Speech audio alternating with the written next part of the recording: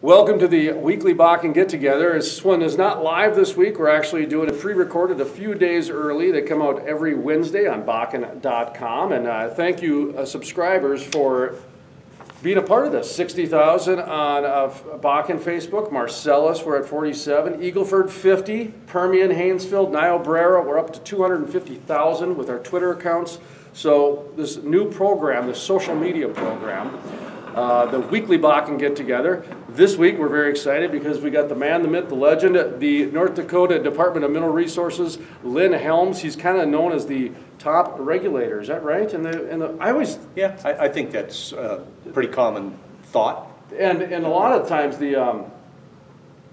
I would say it's more of an overseer, isn't it? Because you do more than just regulation. You kind of do the overseeing of the whole thing. You're almost like a spokesman for the industry. Well, it's true. That is part of my job. Yeah. I have a portion of the mineral resources, the oil and gas division, that's strictly regulatory. Yeah. That's 75% of the job.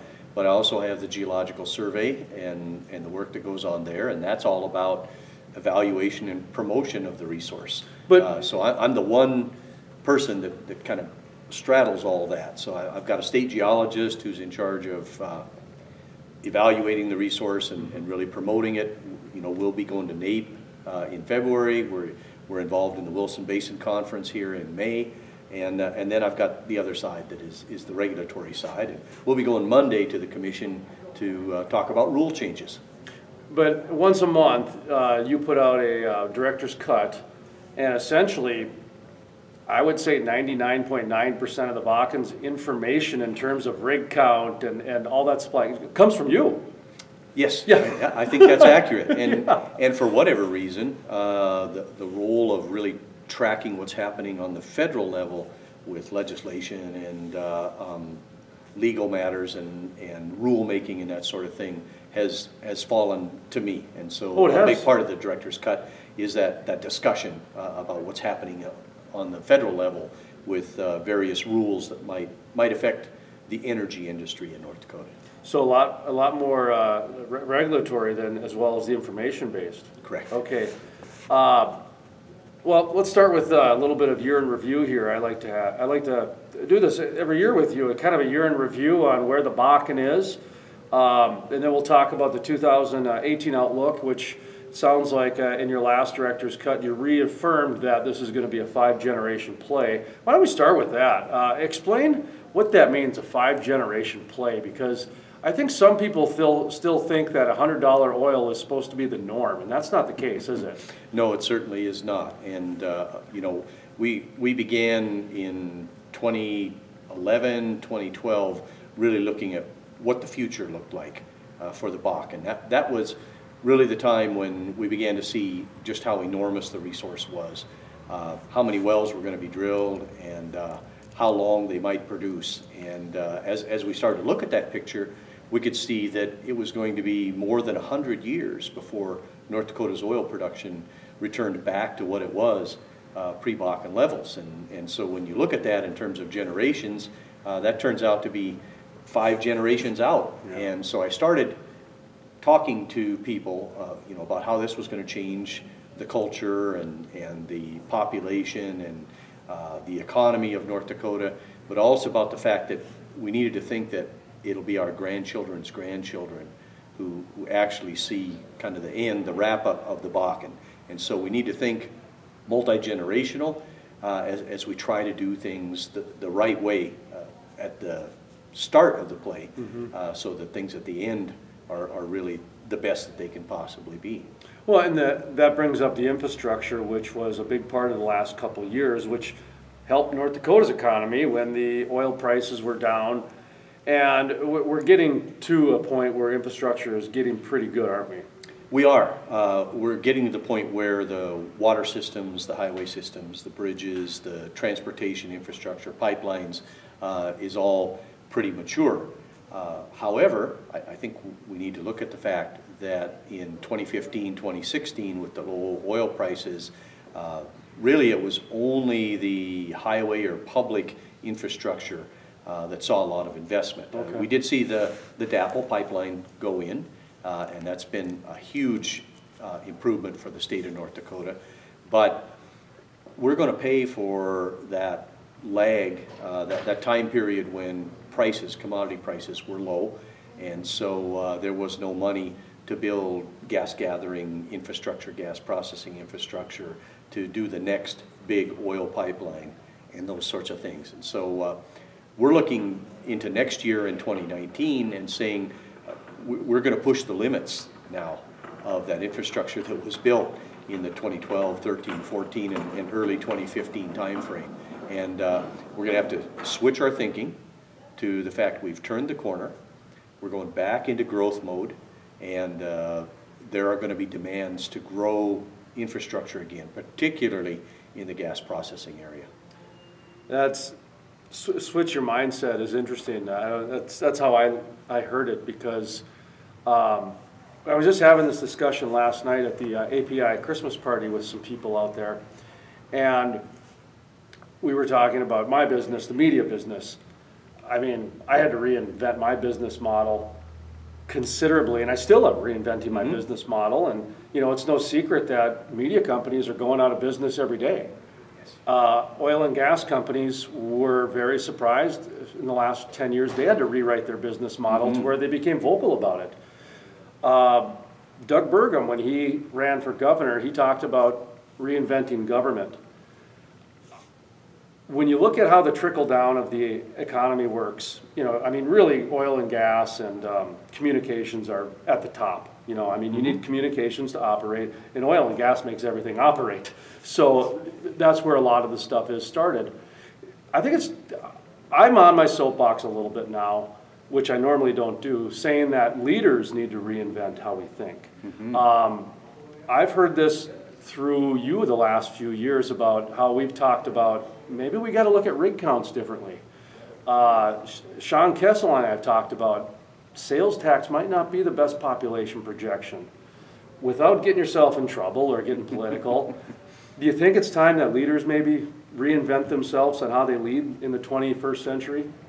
Oh, I think there's no question. And a big part of that is, are we understanding how much North Dakota's population is changing in terms of age and diversity and the type of housing that is in demand and the type of things that are necessary for this younger, more diverse population in order to attract workers to the state of North Dakota.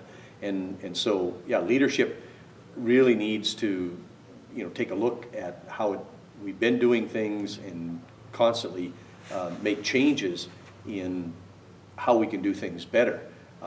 You know, we've had a policy now for almost 2 decades at the Oil and Gas Division that we're going to go back and relook at our rules every 2 years because technology is changing that fast, and the industry changing even faster.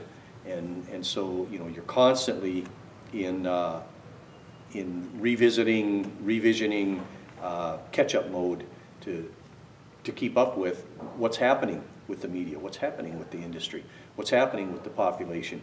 You know, it's very interesting. North Dakota's population has gone in 10 years from being the oldest and the grayest and the most rural, I guess, to having the highest percentage of millennials of any state in the nation. And you know, that's going to change things, period. But what's even more interesting is if you dig a little deeper into that, and the census people will tell you that the millennials living in North Dakota are, of the millennials across the nation, the lowest percentage that live at home with their parents. And so the millennials we have are not like what you normally think of millennials across the nation. And if you talk to the folks at Job Service about the workforce demands and the people who are actually coming here to try to look for work, they're much more diverse. Many from Africa, many from Spanish-speaking countries. It will change the face of North Dakota.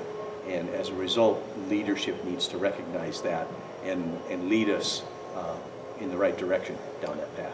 That's an interesting way, because when you look at, there are certain cities that have the momentum, they're just going to continue to grow. And I'll just name Watford City, okay? Absolutely. Watford City is going to continue to grow. Dickinson will continue to grow. There's a couple others maybe up in the northern part that we don't know yet. We just don't know yet. And it has, most of it has to do with geography and the fact that technology has changed that much. I-94, the railroad system, there's a lot of just economic infrastructure that you just can't change. And you know, and so as I hear you speak, it's almost like that the days where, folks, you better understand that this is a global economy now, and if you don't want to live in Watford City, the nice man from Ghana and his family might. Right. That is really where we're at now, isn't it? It absolutely is. Wow. And so if you are an oil field worker and your preference is Oklahoma or Texas, there is someone from a different culture or a different place that is interested in that opportunity that offers itself in Watford City. But think about the difference in a Watford City 10 years from now from 10 years ago, and it's night and day. You know, it's as simple as I was visiting with a home builder here in the Bismarck area last weekend. Changed to a different style of homes, row housing, twin homes, with extra bedrooms over the garage, a whole different design which appeals to these young millennial folks that are just starting out with their family, and to the older folks who are downsizing. And so it's awesome to me when I run into somebody like that who's thinking cutting edge, thinking changes are here, changes are happening, and I'm able to adapt and provide the kind of service and the kind of product that the new North Dakotans want. So what I'm hearing is that, you know, 2 years ago you started hearing John Hoban talk about quality of life investments. Last year, Doug Burgum ran quality of life investments. Example, Main Street USA put, excuse me, Main Street Initiative. Okay, so 2 years ago we got federal saying quality of life. Last year we got it now governor saying quality of life, and here's Main Street. And now what I'm hearing is that it's a global economy, so it really is happening to where people have to understand that Watford City right now does not have a furniture store. So if you want to take advantage of some of these micro booms going on, get out and find out what they want, because it sounds like the workers are coming. Yes.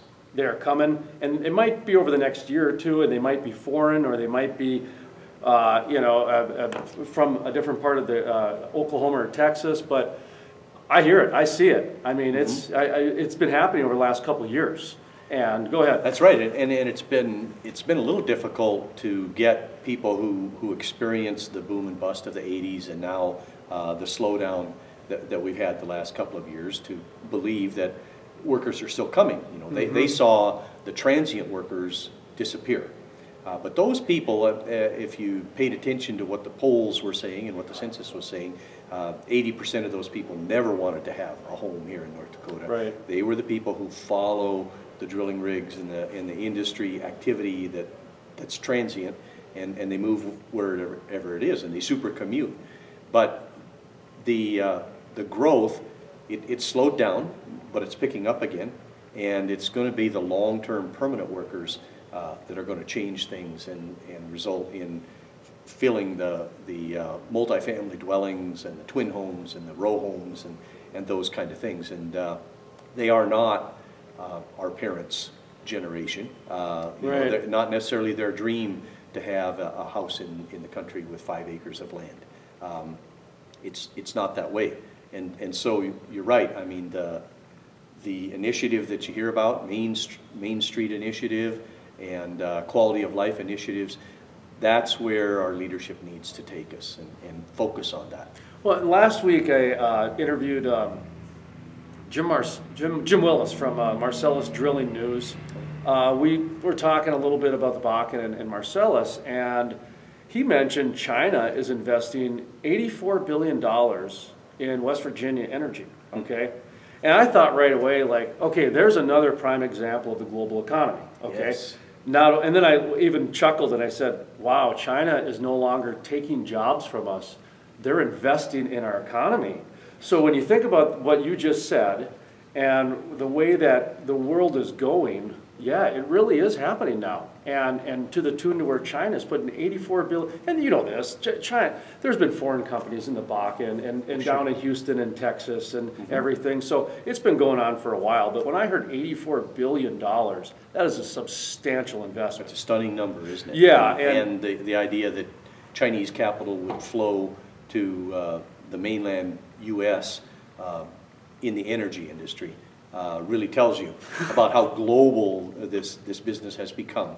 And you know, you read about Continental Resources exporting 1 million barrels to China or to Indonesia, and additional exports being planned. It's pretty amazing to think about North Dakota crude oil ending up in Indonesia and Chinese capital ending up in Virginia. But that is the way the world works today. It is, and that's how it's going to go. And the Bakken is playing a huge part of that, isn't it? Absolutely. I mean, people don't get it, that North Dakota, the ERC, NDSU, the Bakken, the whole university system, all the private science projects that are going on at the drill pads, that is driving, I would say, most of this technology, isn't it? I mean, probably with some Permian stuff too. Yeah, but no question, but most of the cutting edge technologies that have made shale oil possible were developed right here in our backyard through that kind of public-private collaboration that you're talking about. And that's where leadership can really make a difference, is making sure that the public entities in North Dakota continue to collaborate with these private industries and keep us at the cutting edge, getting better and better at what they do.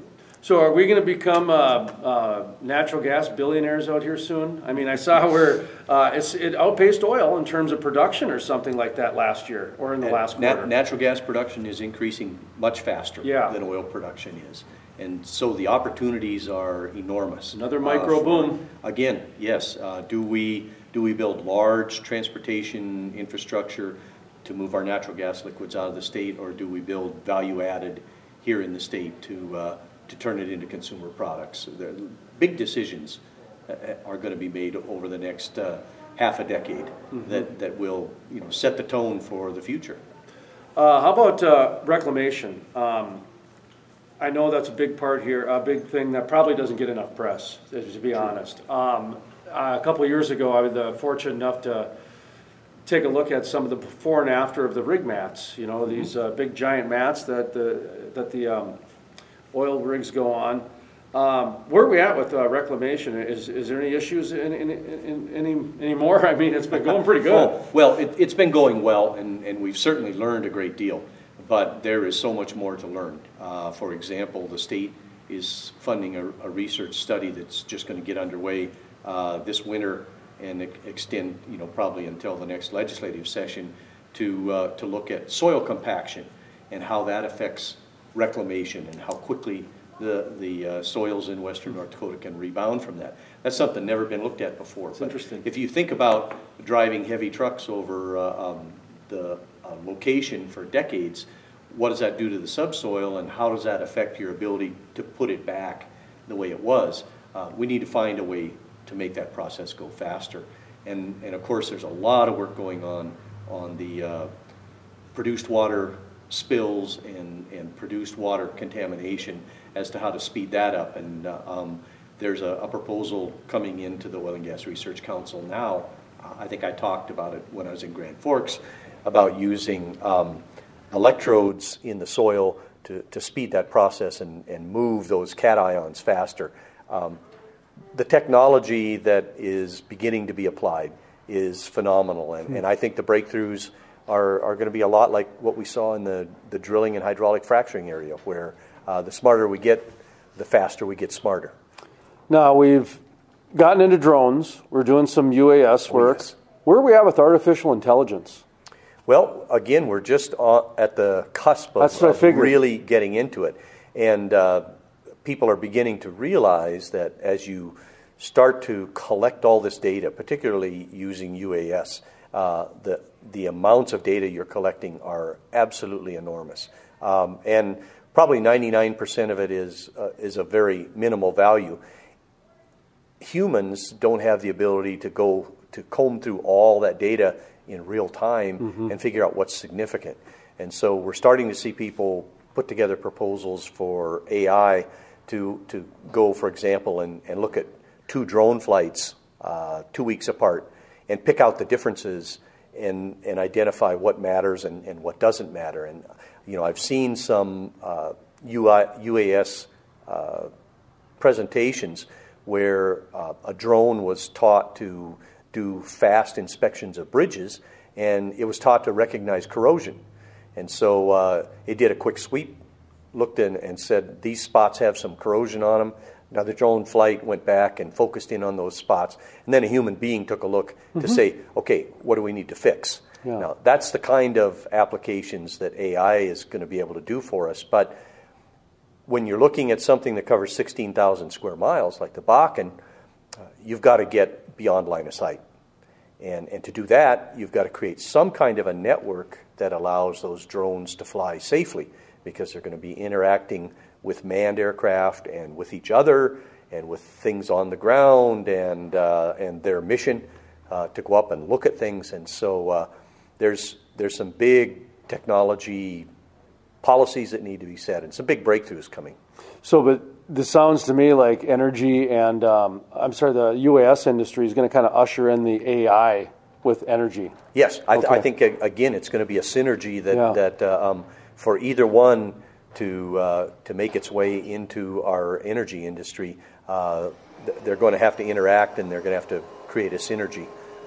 Much like what we talk about with our public-private partnerships through things like the Oil and Gas Research Council or the Lignite Energy Council. It's those synergies that makes North Dakota such a great place for energy. Okay, just a couple questions left here. Succession planning. I don't know if you hear much about this in your world, or you can comment on it, but there's been a lot of talk over the last few years about 70% of the industry is getting ready to retire. Yes. And they're kind of going through a vetting process about some people who will have respect for the industry. We'll just call it that, a understanding of the responsibility that it involves. And Steve Swantick from Gate City Bank, he came out a few weeks ago and he said, he's retiring in 2020, but he announced that in 2015 when he initially took the position. But it was more about the succession planning was the reason he kind of came public. And I went, okay, so this is a good time for me now to start asking the question in oil and gas. Are you hearing anything on succession planning in oil and gas these days? There's a lot of discussions about it. I don't know that I've heard or seen any really awesome processes or programs that have, I feel like they've really got it nailed. But it's on all of our minds. It's on my mind every year when I get my whole staff together and I hand out service awards. And it's impossible not to notice that we've got this huge mass of employees with 3 to 5 years of service, and a smaller but still very large group that have 25 to 35 years of service and virtually nothing in between, because we went through those low energy, low oil production years. And so it's critical to think about succession planning and to think about retention, employee retention, so that the best of those young employees are retained and are mentored by the best of those old employees. And so it really, a lot of it goes back to how do you retain intellectual capital? How do you retain institutional knowledge and transfer it? And so it's a big, complex subject, and it's more than just planning for succession, but it's thinking about your institutional knowledge and intellectual capital and retention of the key people and mentoring from the key older folks to the key younger folks. There's a little as you plan for succession and retirements and new people. And you're trying to pass on a culture too. Yes. And that's not easy. It is not easy, but North Dakota's had an awesome culture of energy development, and we absolutely don't want to lose that. All right, 2017. I called it the year of the refrac. Brian Kalk, he called it the year of the energy reset from Washington. Okay. What was 2017 in your world? 2017 was, I think, when we hit the pause button to take it off, so to speak. When we started to go back to activity. It looked to me like in late 2015, as prices continued to crumble and the cash flow wasn't there for massive capital investment, that industry pretty much just hit the pause button. I know a lot of people thought it was the stop or the end button, but it wasn't. It was the pause button. And so beginning around the middle of this year, second quarter, early third quarter, we saw people reach for that and take the pause button off. So if you want to call it a reset or if you want to call it a return, but we're seeing people begin to look at going back into growth mode. I don't think we're going to see the growth rates that 11, 12, and 13 showed us. That wasn't a sustainable, healthy growth rate. It was driven by extreme prices and the need to hold leases by production. That's what you're seeing in the Permian right now. That's to some extent what you're seeing in the Anadarko right now. And that will play out. That will come to an end. And that will be to our benefit. Because during this time, operators in North Dakota have refocused their efforts and their areas of expertise. They have learned ways to drill cheaper and faster and frack better and more effectively, and they're working on enhanced oil recovery. We're going to come out of this thing with the ability to produce more oil at a lower price. And so I think the Bakken is going to retain its first or second place in terms of productivity per rig and productivity per employee. And so, we've taken the pause button off and we're going to go back into growth mode. And I really believe, I was in Williston not too long ago visiting with the economic development people there. I was shocked to find out that the apartment buildings are 85% full and the hotel's 60%. That means that people are coming, and I think that will continue. The decision by OPEC to extend those production restraints through the end of next year is going to help that momentum to continue to build. And so the giant train that is our North Dakota energy industry is picking up steam and building momentum. Thank you, sir. All right. There we go.